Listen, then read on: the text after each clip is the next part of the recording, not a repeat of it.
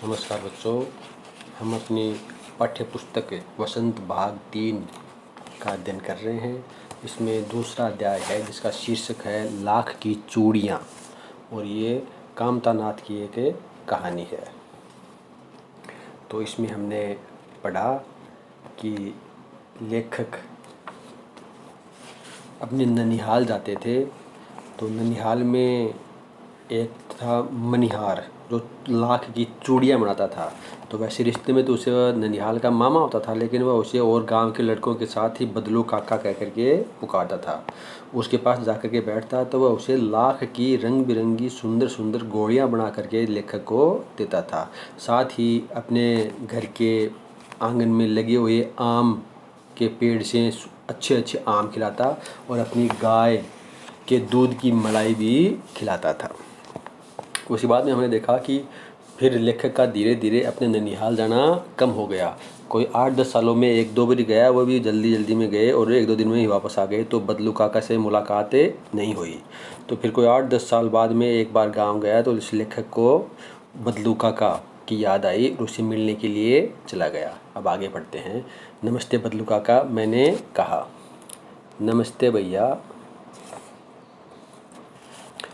उसने मेरी नमस्ते का उत्तर दिया और उठकर खाट पर बैठ गया। परंतु उसने मुझे पहचाना नहीं और देर तक मेरी ओर निहारता रहा, मेरी ओर, लेखक की ओर देखता रहा। मैं हूँ जनार्दन काका, आपके पास से गोलियाँ बनवा कर ले जाता था, मैंने अपना परिचय दिया। बदलू फिर भी चुप रहा, क्योंकि कई वर्ष बीत चुके थे। मानो वह अपने स्मृति पटल पर, यानी अपने दिमाग पर, अपनी यादाश्त पर अतीत के चित्र उतार रहा हो, देख रहा हो पीछे की कौन कौन ऐसे गोलियां बना करके ले जाता था। तब वह एकदम बोल पड़ा, आओ आओ लल्ला बैठो। देखो, लेखक को प्यार से लल्ला पुकारता था, तो अब उसे याद आ गया कि ये लल्ला है। तो उसने कहा, आओ आओ लल्ला बैठो, बहुत दिन बाद गांव आए। हाँ, इधर आना नहीं हो उसका काका, मैंने चारपाई पर बैठते हुए उत्तर दिया। कुछ देर शांति रही, फिर इधर उधर दृष्टि दौड़ाई। न तो मुझे उसकी मचिया ही नजर आई, न भट्ठी। मचिया मतलब छोटी मचिया, जिसे हम मारवाड़ी में पीडो बोलते हैं, नीचे बैठने का, जिस पर बैठ करके वो अपना ये चूड़ी बनाने का, लाख की चूड़ियाँ बनाने का कार्य करता था। आजकल काम नहीं करते काका, मैंने पूछा। नहीं लल्ला, काम तो कई साल से बंद है। मेरी बनाई हुई चूड़ियाँ कोई पूछे तब तो। गांव गांव में कांच का प्रचार हो गया है। वह कुछ देर चुप रहा, फिर बोला, मशीन युग है न ये लल्ला, आजकल सब काम मशीन से होता है। खेत भी मशीन से जोते जाते हैं, और फिर जो सुंदरता कांच की चूड़ियों में होती है, लाख में कहाँ संभव। तो उसने कहा कि अब धीरे धीरे मशीन का युग हो गया है, सब सुंदरता को पूछते हैं, मजबूती को कोई नहीं पूछता है। तो अब सभी कांच की चूड़ियाँ ही पहनने लगे हैं, मशीन से बनी हुई चूड़ियाँ ही पहनने लगे हैं। लेकिन कांच बड़ा खतरनाक होता है, बड़ी जल्दी टूट जाता है, मैंने कहा। नाजुक तो फिर होता ही है लल्ला। कहते कहते उसे खांसी आ गई और वह देर तक खांसता रहा। मुझे लगा उसे दमा है, बीमारी। अवस्था के साथ साथ उसका शरीर ढल चुका है। उसके हाथों पर और माथे पर नसें उभर आई थी खांसते खांसते। जाने कैसे उसने मेरी शंका भांप ली। शंका क्या कि उसे दमा है, ये शंका थी। शंका भांप ली और बोला, दमा नहीं है मुझे, फसली खांसी है, मतलब सीजनल खांसी है, ये एक समय विशेष पे आती है। यही महीने 9 महीने से आ रही है, 10-15 दिन में ठीक हो जाएगी। मैं चुप रहा। मुझे लगा उसके अंदर कोई बड़ी व्यथा छिपी है, यानी बदलू के अंदर कोई दुख है, कोई भारी कष्ट है जो वह बता नहीं पा रहा है। मैं देर तक सोचता रहा कि इस मशीन युग ने कितने हाथ काट दिए हैं, कि मशीनों के कारण कितनों ने हाथ काट दिए। तो हाथ काटने मतलब है उनका रोजगार छीन लिया है। यहाँ पर ये रोजगार छीनने का अर्थ है कि मशीनों ने कितने व्यक्तियों का रोजगार छीन लिया है। मशीनों से काम जल्दी होता है और अच्छा भी होने लगा है, लेकिन मशीनों ने कितने अधिक व्यक्तियों को बेरोजगार किया है, इस विषय पर लेखक अपना ध्यान लगा रहे थे। कुछ देर फिर शांति रही जो मुझे अच्छी नहीं लगी। तो अब लेखक थोड़ा बात फिर से करना शुरू। आम की फसल अब कैसी है काका, कुछ देर पश्चात मैंने बात का विषय बदलते हुए कहा। पहले विषय क्या था? कांच लाख की चूड़ियाँ, चूड़ियों के बारे में था विषय पहले, लेकिन उसने बात का विषय बदलते कहा कि आम की फसल इस बार कैसी हुई है? अच्छी है लल्ला, बहुत अच्छी है, उसने लहक कर यानी खुश होकर उत्तर दिया और अंदर अपनी बेटी को आवाज़ दी, अरे रज्जो, लल्ला के लिए आम तो ले आ। फिर मेरी ओर मुखातिब होकर मतलब उनकी ओर, लेखक की ओर देख कर बोला, माफ़ करना लल्ला, तुम्हें आम खिलाना भूल गया था। देखो हमने पहले पढ़ा कि लेखक उसके पास जाता तो आम खिलाता, मलाई खिलाता और रंग बिरंगी लाख की चूड़ियाँ बना करके देता था। तो उसने कहा कि माफ़ करना लल्ला, मैं आम खिलाना आपको भूल गया। नहीं नहीं काका, आम तो इस साल बहुत खाए हैं। वाह वाह, बिना आम खिलाए कैसे जाने दूंगा तुमको, क्योंकि वह हमेशा आम खिला करके उसे भेजा था। ये बात उसे याद है। मैं चुप हो गया। मुझे वे दिन याद हो आए जब वह मेरे लिए मलाई बचा कर रखता था। तो गाय के लिए पूछना शुरू कर दिया उसने फिर। गाय तो अच्छी है ना काका? मैंने पूछा। गाय कहाँ है लल्ला, 2 साल हुए बेच दी, कहाँ से खिलाता? तो गाय के लिए चारा वगैरह खरीदना पड़ता। तो उसने कहा कि गाय के लिए कहाँ से खिलाता, 2 साल पहले मैंने बेच दी। अब खिलाने के लिए मतलब उसका जो धंधा है, जो व्यवसाय है, लाख की चूड़ियाँ बनाना, वह चल नहीं रहा है, 2 साल से उसने बंद कर दिया बनाना ही, तो उसे गाय को वह कहाँ से खिलाए। इतने में रज्जो, उसकी बेटी, अंदर से एक डलिया में ढेर से आम ले आई।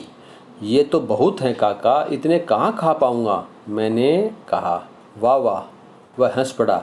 शहरी ठहरे ने, मैं तुम्हारी उम्र का था तो इसके चौगुने यानी 4 गुने आम एक बखत यानी एक वक्त में खा जाता था। बदलू कह रहे हैं कि तुम तो शहरी हो गए हो, मैं जब तुम्हारी उम्र का था ना तो इससे 4 गुना आम एक ही समय में, एक ही वक्त में बैठ करके खा लेता था। आप लोगों की बात और है, मैंने उत्तर दिया। अच्छा बेटी, लल्ला को 4-5 आम छांट कर दो, सिंदूरी वाले देना, ये आम की किस्म है। देखो लल्ला कैसे हैं, इसी साल ये पेड़ तैयार हुआ है। रज्जो ने 4-5 आम अंजुली में लेकर, इन हथेली में लेकर मेरी ओर बढ़ा दिए। आम लेने के लिए मैंने हाथ बढ़ाया तो मेरी निगाह एक क्षण के लिए उसके हाथों पर ठिठक गई।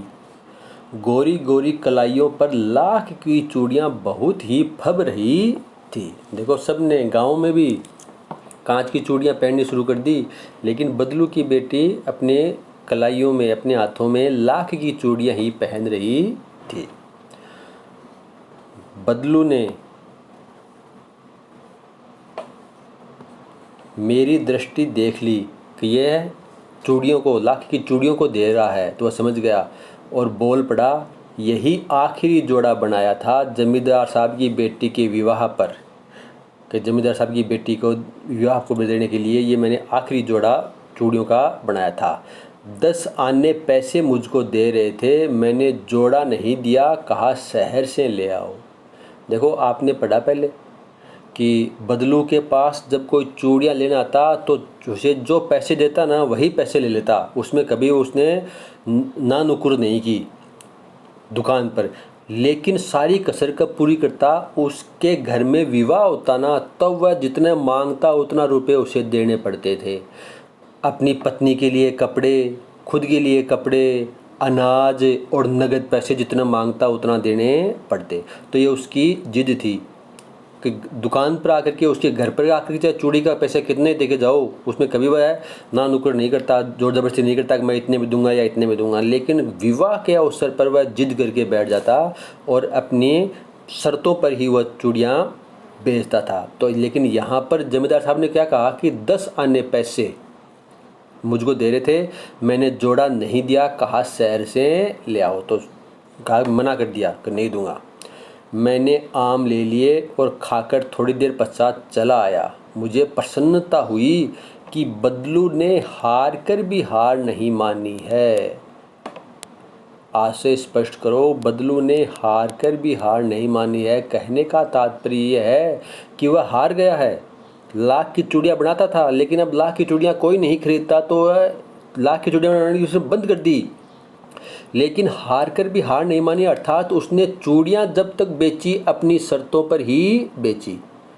ऐसा नहीं है कि कोई उसे औने पौने दामों में उसकी चूड़ियाँ खरीद ले। जब विवाह के अवसर पर उसने वह चूड़ियाँ बेचता था तो अपने शर्तों पर ही बेचता था। जमींदार साहब उसे 10 आने में बेचने को कह रहे थे तो उसने बेचने से साफ इनकार कर दिया और कह दिया कि तुम नया जोड़ा शहर से ही ले आओ, मैं इतने में नहीं दूंगा। यानी हार कर भी उसने हार नहीं मानी, अपनी शर्तों पर ही चूड़ी बेचना स्वीकार किया। उसका व्यक्तित्व कांच की चूड़ियों जैसा न था कि आसानी से टूट जाए। जो कांच की चूड़ियाँ वह होती हैं, कमज़ोर होती हैं, बहुत शीघ्र ही टूट जाती हैं लाख की बजाय। तो लेखक ने कहा कि उसका व्यक्तित्व कांच की चूड़ियों के समान नहीं था जो आसानी से टूट जाए। उसने हार कर भी हार नहीं मानी थी, अपनी शर्तों पर ही उसने जीवन जिया और वैसा ही जीने का प्रयास वह अब तक कर रहा है। तो ये कामता नाथ की एक कहानी है, लाख की चूड़ियाँ। ये कहानी हमने आज पूरी पढ़ ली है। इसके प्रश्न उत्तर मैं आपको कल करवा दूँगा। आज के लिए इतना ही, धन्यवाद।